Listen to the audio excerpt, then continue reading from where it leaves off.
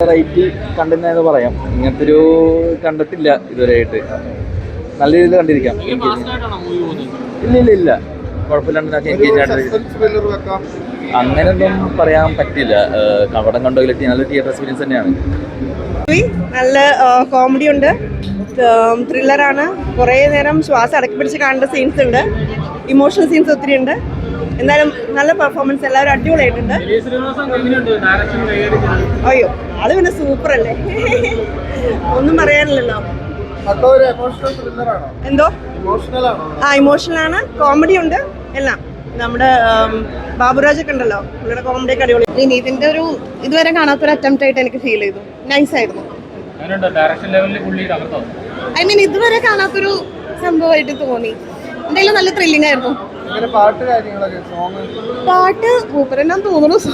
Song ഒക്കെ പിന്നെ BGM ഒക്കെ നല്ല രസമുണ്ടായിരുന്നു. ശ്രീനിവാസന്റെ ഒരു എന്താ പറയാ, ഒരു വെറൈറ്റി നമുക്ക് കിട്ടി എന്ന് പറയാം. കാരണം ഒരു ഫൈറ്റ് ആയാലും എല്ലാം കൊണ്ട് ഒരു ടോട്ടലി വേറൊരു തീമാണ് മൂവി. ഈ ഒരു വിനീത് ശ്രീനിവാസനാണ് ഡയറക്റ്റ് ചെയ്തത്. നമുക്ക് അത് അതിശയപ്പെട്ടു പോകും.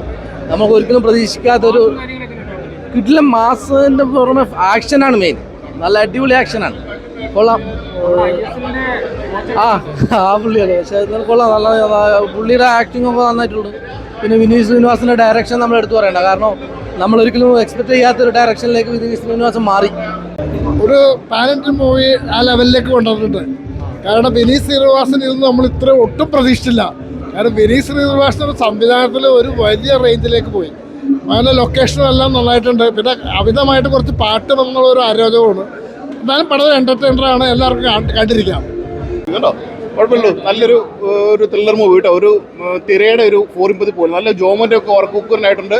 ഏതായാലും ചെന്നൈയും പാസമൊക്കെ മാറ്റി വെച്ച് പുള്ളി ഏതായാലും നല്ലൊരു വെറൈറ്റി ഒരു മൂവി എടുത്തിട്ടുണ്ട്.